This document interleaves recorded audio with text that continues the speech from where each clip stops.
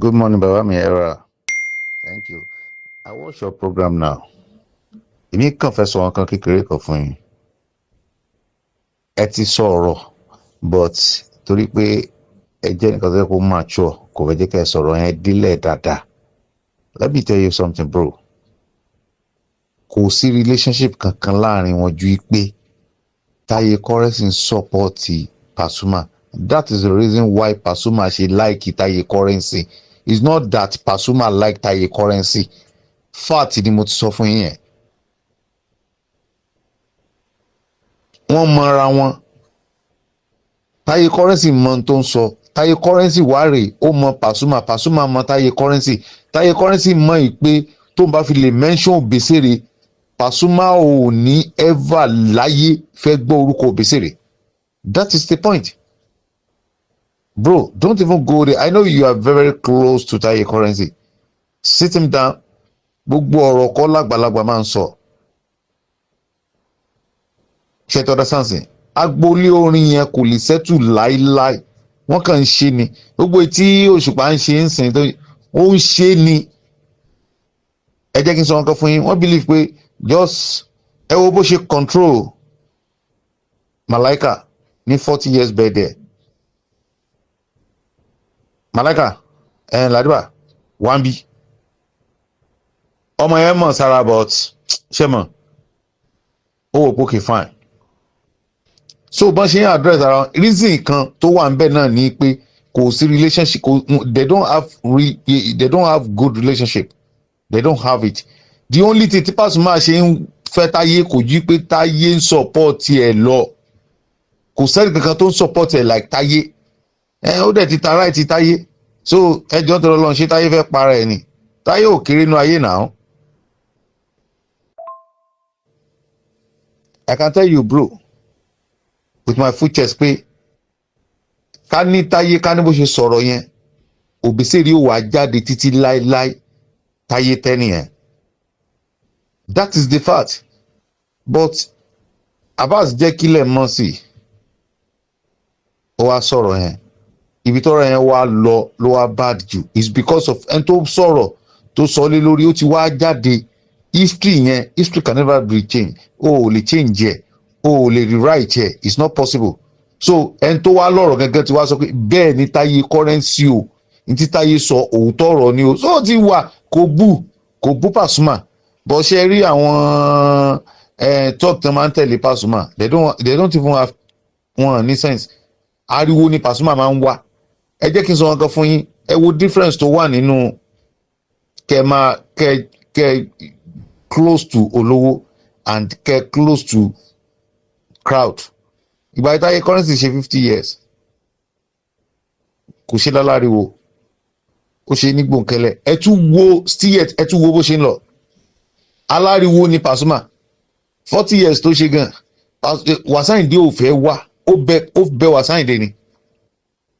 Ẹ rí pé tẹ́lẹ̀tẹ́lẹ̀ Wàsáìndé máa ń tó bá ṣe wá bó ṣe wà yẹn ó ló máa coordinate kìíní yẹn látòkè délẹ̀.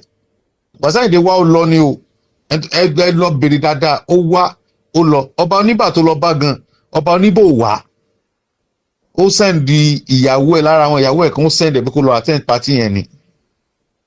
Ṣe rí inú ilé Fuji yẹn ní tó sì ń jẹ́ kó máa ṣe gbọ́nkúgbọ́nkú tó ń ṣe yẹn is because of Saheed Òṣùpá tó sì ń support ẹ̀ tó sì ń wò pé ókè àwọn ti yẹ Saheed Òṣùpá yẹn náà ló máa padà wájà ránkẹ́ and end of the day.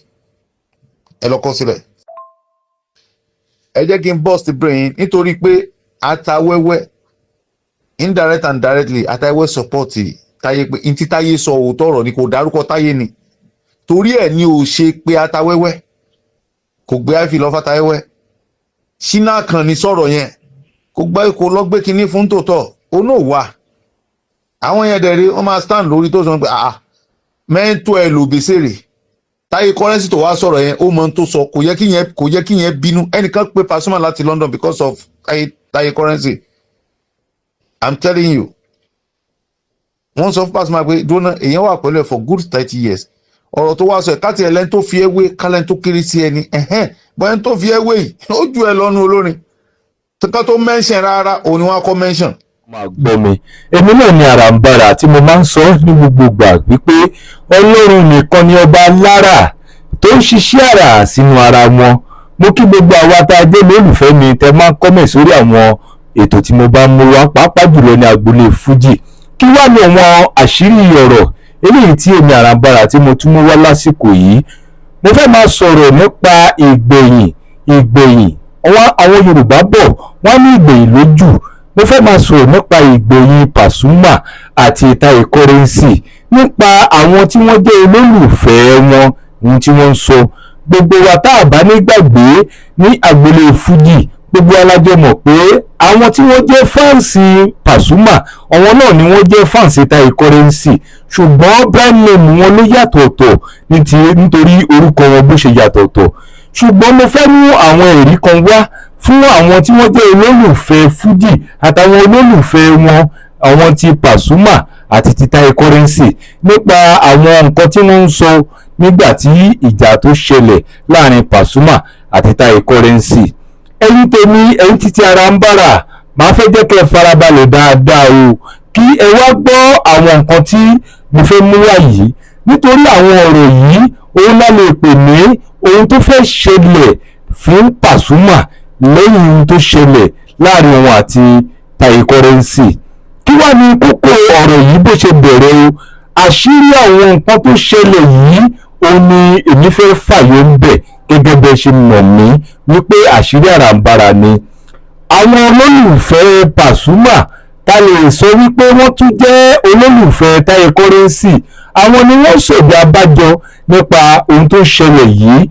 Àwọn ìfura àti àwọn àkíyèsí eléyìí tí àwọn tí wọ́n jẹ́ olólùfẹ́ Pasuma tí wọ́n ń pe Pasuma sí tó pọ̀ jù ní wípé àwọn tí wọ́n jẹ́ olórin Fuji Ìbàdàn, àwọn gan ni wọ́n fẹ́ fi ọgbọ́n tí wọ́n fẹ́ yí Pasuma ká láti lè já ìràwọ̀ rẹ̀ wálẹ̀ o. Ẹ wá gbọ́ ìjà bá gan ọ̀rọ̀ tí mo sọ yìí nípa first note eléyìí tí arákùnrin kan tí ó ṣe láti ìlú òyìnbó wá sí Nàìjíríà, ìyẹn láti lè fi bá ohun tó ṣẹlẹ̀ lágboolé Fuji sọ̀rọ̀. Ẹ wá gbọ́ o, kí ẹ gbọ́ dáadáa síwájú, kí ẹ farabalẹ̀ gbọ́. Ó yá, ẹ wá gbọ́ first note náà bó ṣe lọ. Ó yá. tó sì jẹ́ kó máa ṣe gbọ́nkúgbọ́nkú tó ń ṣe is because of Saheed Òṣùpá tó sì ń support ẹ̀, tó sì ń wò pé ókè àwọn ti yẹ Saheed Òṣùpá yẹn náà ló máa padà wájà ránkẹ́ and dead of the day. Ẹ lọ kọ́ sílẹ̀. Ẹ jẹ́ kí n burst brain nítorí pé atawẹ́wẹ́ indirect and directly atawẹ́wẹ́ support Táyé, pé n tí Táyé sọ òótọ́ ọ̀rọ̀ ni, kò dárúkọ Táyé ni, torí ẹ̀ ni ò ṣe pé atawẹ́wẹ́, kò gbé àìfi lọ́fà Táyẹ́wẹ́. Ṣínà kan ní sọ̀rọ̀ yẹn, kò lọ gbé kinní fún tòótọ́, ó náà wà. Àwọn yẹn dẹ̀rẹ̀ wọ́n máa stand lórí tó sọ pé mẹ́ńtò ẹ̀ ló bèsèrè. Tai Currency tó wá sọ̀rọ̀ yẹn ó mọ ohun tó sọ, kò yẹ kí yẹn bínú. Ẹnìkan pé Pasuma láti London because of Tai Currency. I'm telling you, wọ́n sọ fún Pasuma pé dúró èèyàn wà pẹ̀lú ẹ̀ for good 30 years. Ọ̀rọ̀ tó wá sọ ẹ̀ káàtì ẹ̀lẹ́ni tó fi ẹ́wé kálẹ̀ tó kéré sí ẹni bọ́yẹn tó fi ẹ́wé yìí ó ju ẹ lọ́nu olórin ká tó mention rárá, òun ni wọ́n á kọ́ mention. Then ó ti gbọ́dọ̀ ẹ̀ kọjá rí dáadáa, ẹni tí fún wa láṣọ rí, ẹni tí fún ẹ nìkan rí. Pasuma ban fún mọ́ wọn létí ni pé kò yẹ kán sọ bẹ́ẹ̀, it's like wọ́n support Táyé, kò sẹ́ni tó support Táyé. Táyé explain ní ara ẹ̀ pé òun náà tara tiẹ̀ náà kọjá. Why tó ṣe wá fẹ́ accept ẹ̀? Who are you tó fẹ́ accept ẹ̀? So ọ̀rọ̀ tẹ́ ọ̀rọ̀ ń wò yìí, ẹ jẹ́ kí n sọ fún yín kì í ṣọ̀rọ̀ kékeré. Even tí kọ́ni tí wọ́n bá ṣọ́ra máa fara gbá ń bẹ̀. Yes, wọ́n kálukú kan sì ń dákẹ́ níṣẹ́ rí dákẹ́ yẹn, ẹ máa wò wọ́n lè rí sẹ́tù tó rọ̀rọ̀ yẹn máa lágbára gan tó bá yá. Wọ́n kálukú àwọn mọ̀ wọn rẹ̀. Tai Currency tí wọ́n ń pariwo nìyẹn o. Ṣé òun kọ́ rè lónìí yìí ni? Ẹ jẹ́ ká gbàgbé bọ́dà, ẹ má wọrí. Ẹ̀yin ẹ̀ kan máa wò, kẹ́ máa wo bí tọ́rọ̀ yẹn tó máa end sí. Tai Currency ò ní kọ́rọ̀ ẹ̀ jẹ́ láíláí, kò ní ever láyéláyé kò jẹ́. It's not possible.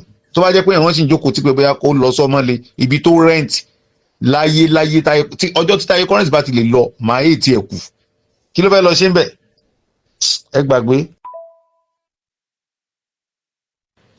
Brother mi, ṣé wàá pa? Thank you. Fuji music is not bọ̀bọ̀tà. Táyé náà kì í ṣe ọmọdé náà. ṣẹ́rí gbogbo àwọn yẹn wọ́n fi kún èjì wọn ni. I'm telling you the truth. Now kí n sìn yín fún good 30 years tí mi àti yín ti jọ wà, a lè máa jà lábẹ́nú ká máa parí ẹ̀, but n tó sọ ẹ̀yin náà ẹ sọ̀rọ̀ kan ẹ ní kí wọ́n lọ mú késẹ̀tì tó fi bú Pasuma tó fi bú wa, wọn ò ní rí mú sílẹ̀ fún yín because it not do fucking anything. The only thing táwọn èèyàn tí wọn kì í think sometimes African mentality ó máa ń disturb so many people. ṣé tí ọ̀dọ́ sáwọn sìn ṣé wọ́n fẹ́ sọ pé Pasuma ò gba ọ̀dọ̀ Obesere kọjá ni? No now, simple thing, but it's because of torí pé ṣẹ́rí Ìbàdàn people wọn ní kankan tó jẹ́ pé tẹ́ bá wo inú orin yẹn wọ́n máa ń believe pé àwọn tán bá ti wá láti Ìbàdàn yẹn they need to fight with them. ọ̀rọ̀ Pasuma kì í ṣe pé ó love Táyé, wàláì gbogbo ẹnu ni mo fi sọ, torí pé ó ń defend ẹ̀ ni. gbà torí pé Táyé ti fọhùn kó ti ṣí Táyé lẹ́nu yẹn, ká ní tírí lẹ́dà ká lóun ò lọ bó ṣe yẹ lọ yẹn, ká ní kò lọ sọ́dọ̀ Pasuma báyẹn, Pasuma àtúnmú bóyá lára àwọn ọmọ tó ń lò kan á tún gbé yẹn sórí. ṣé báwọn kan wà ó yá ẹ̀yin gangan fúnra yín ẹ sọ, àwọn kan wà lẹ́yìn Táyé kí lórúkọ gbogbo àwọn tó ń kọrin tó jẹ́ pé wọ́n máa ń kọrin bíi Pasuma yẹn they are like 3 to 4 tó jẹ́ pé wọ́n ti wà láti gbà tí Táyé ti wà, wọ́n ti wà before 3 leather. ó yá kí ló is because of torí pé wọ́n dá sọ̀rọ̀ yẹn Pasuma ò gbé wọn sórí, bọ́ ọmọ tó dá sọ̀rọ̀ yẹn tí yẹn Ìbàdàn sí Ìbàdàn torí pé ó ń takú ẹ̀ ó wá gbé sórí. ó yẹ sọ fún mi ṣé géèmù kọ́ nìyẹn ni? ẹni tó bá fẹ́ ṣorí burúkú ni kó sọ pé kí Táyé kó lọ bẹ Pasuma, kí ló fẹ́ bẹ fún? kò bú kò ṣe kán lọ mú kẹsẹ̀ tó ti bu wa tó ti ní Pasuma o kìnnìkan kò sí, kò bú, explanation ni. ẹ ti ọ̀dọ̀ sáà ń sìn.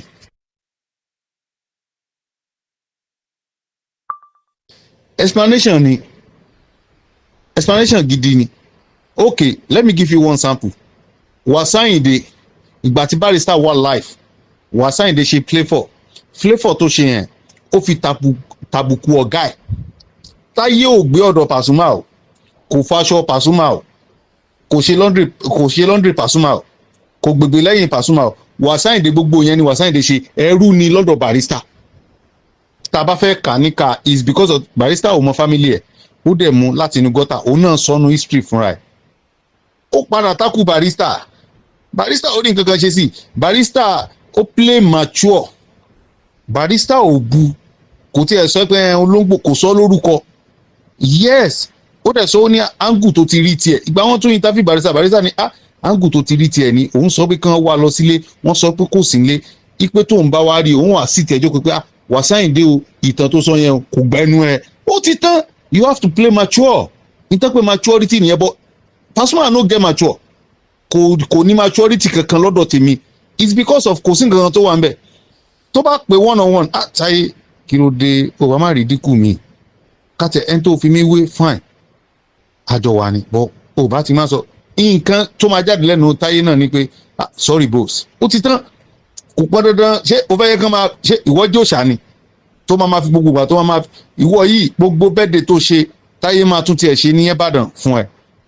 kí ni Táyé bá ṣe fún tí ò lè wíṣẹ̀ pé ọmọ mi o happy birthday, tó bá post ẹ̀ lọ́dàn kan tó ní happy birthday my bọ̀bọ̀ kìnnìkan àwọn ayé máa hèlẹ̀ bó wà nú ẹ̀. Yes, ipe you want to do this fine. àìmọye nǹkan ló ti ṣẹlẹ̀ sáwọn Barrister náà náà tó yẹ kó wọ́n gbójú náà, kí ló wà ń bẹ̀? kí ni Táyé sọ? ṣé ó sọ pé ó ya wèrè àbó sọ pé orí ẹ̀ dàrú? Táyé yìí tó bá jẹ́ pé bóyá ó ti bógun lọ ní táìmù yẹn, ta ló máa rí mọ́ǹsìn? ó ń bọ́ ọmọ ìlú ẹ̀ fún ẹ, ó máa ró Obesere àṣà àrí òṣùpá, ó máa sá lọ. It's because of you. àwọn táwọn sọ yìí ò ṣe Táyé náà, but because of ipe mò ń tẹ̀lé máa yìí má yẹ kí n jẹ jú ẹ̀. 3 leather ọmọ Táyé ni, kò tó bàtà Táyé, ibi tí Táyé bá dúró sí ó yẹ kí 3 leather yẹn wá fẹ́ máa ṣe bí yẹn tó ti ya wèrè. ṣé 3 leather tó Táyé ni tán bá ń kọ́lẹ̀ tán tún ṣàlónì kò tí ì jẹ́ nǹkan kan mú. 3 leather ò tí ì jẹ́ fucking anything. so kan gbàgbé ní tó bá wọn kálukú kò sọ, but for me my own perspective bro, Táyé ò ṣe fucking anything, kò dẹ̀ ní láti lọ bẹ̀, kò dórí ẹ̀ dúró, kò dá gbogbo ohun tọ́lọ́run fẹ́ ṣe fún dúró, ó tún lókìkí sí ni. Táwa ni Pasuma, ta ni Pasuma, it's nothing, ẹ forget, kò jẹ́ nǹkan kan. Ẹni tó bá ń fún Táyé ẹni tó bá ń fún ní advice pé kó lọ bẹ̀ Pasuma, ó fẹ́ ba ìràwọ̀ Táyé jẹ́ ni. Ní tèmi lè sọ kò jù bẹ́ẹ̀ yẹn lọ. Sorry o brother, inú bí mi, ṣe ti ọ̀dọ̀ sáǹsì, inú bí mi gidi gan.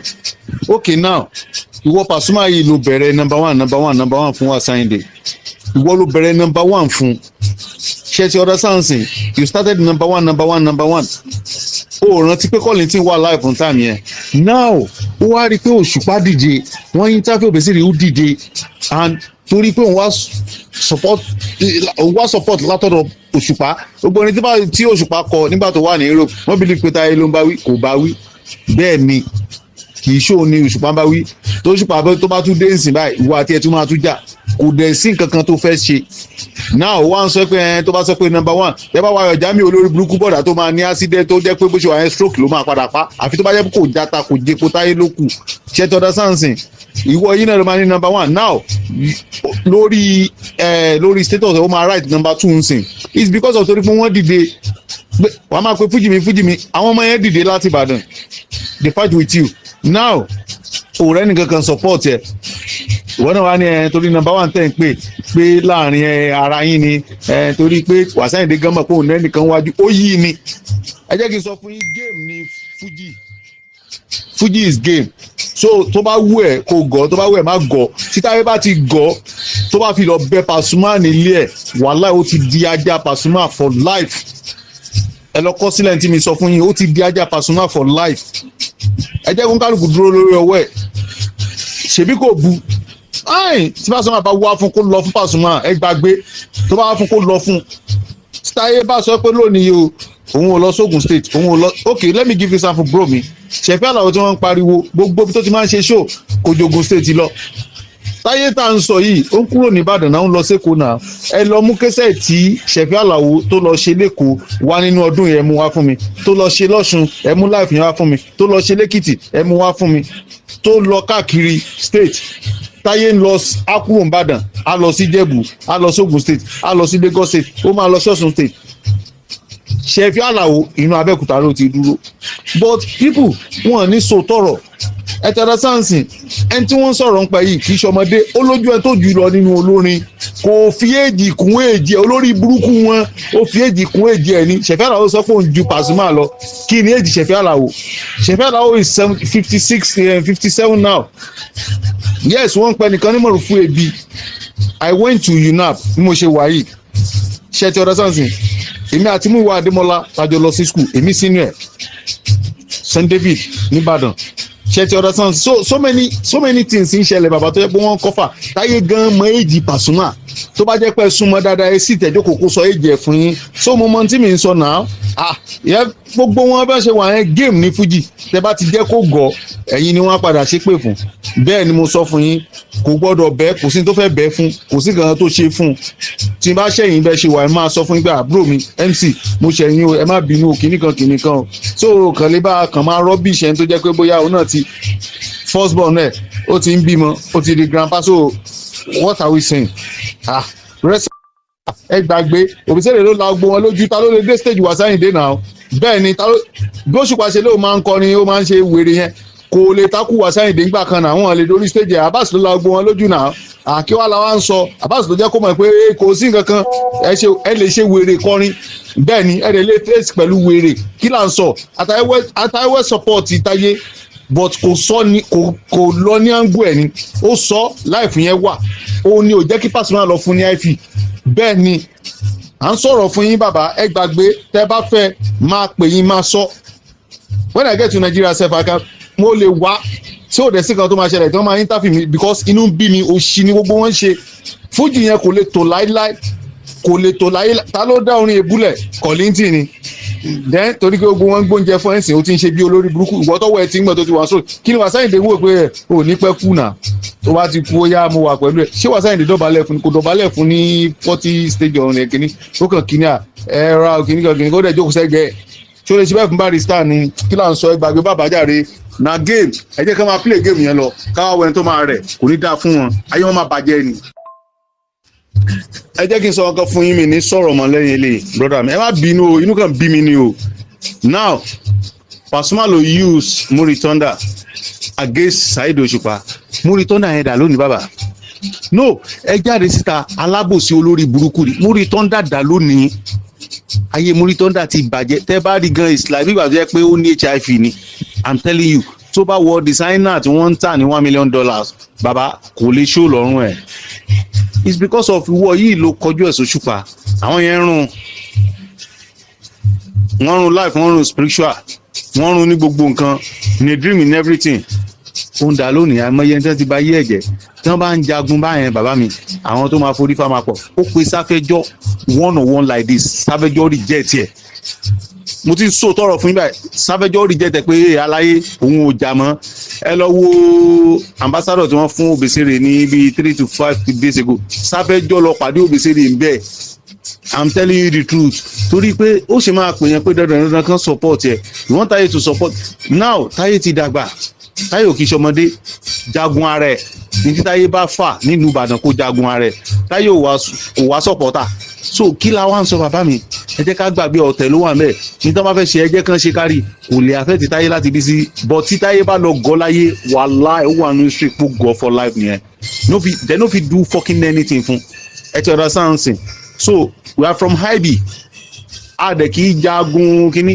ogun gbòòrò ogun wàhálà la máa ń jà ẹ sọ fún kó fèsì ẹ kò sí nǹkan tó fẹ́ ṣẹlẹ̀ tó bá ṣe bí olórí burúkú kó náà ṣe bí olórí burúkú 50 years is not a small age bàbá mi so ẹ gbàgbé age wo lòun ìgbà tán mú wá sí Lebanon nígbà tí warehouse mission wà mẹ́ kí ni age ẹ̀ Àtàwé máa ń sọ̀rọ̀ yẹn náà ṣe rí ọ̀rọ̀ yìí ó kàn dùn mí wípé ó ti jẹ́ kí Táyé kọsẹ̀ látàwọn ẹnìkan ó ní ò jẹ́ kí òun àtàtàwé kí wọ́n rọ́dọ̀ ní ó ní ò jẹ́ kóun àti Màláíkà rẹ́dọ̀ ní it's because of torí pé ó fẹ́ support ọ̀gá ẹ̀ olórí burúkú ni Pasuma tẹ́ ń sọ yìí so ẹ gbàgbé tí anybody bá sọ pé kí ni mo ṣe sọ máa sọ pé kí fucking anybody jáde kò ní dáa fún wọn kí ló ṣẹlẹ̀ kò kọ́ ilé ẹyọ kan báyìí ariwo lásán ni in tó bá lọ ṣe tó fi style ẹ̀ ṣe oògùn tó lọ ṣe kó jáde kó sọ síta kò ní ilé ẹyọ kan báyìí I'm telling you bro mi ó dẹ̀ sọ pé olórin ni ẹ́ you just crowd lásán ló ní bẹ́ẹ̀ ni crowd lásán ni Pasuma ni kò ní nǹkan kan oore kan tó ní nílé ayé báyìí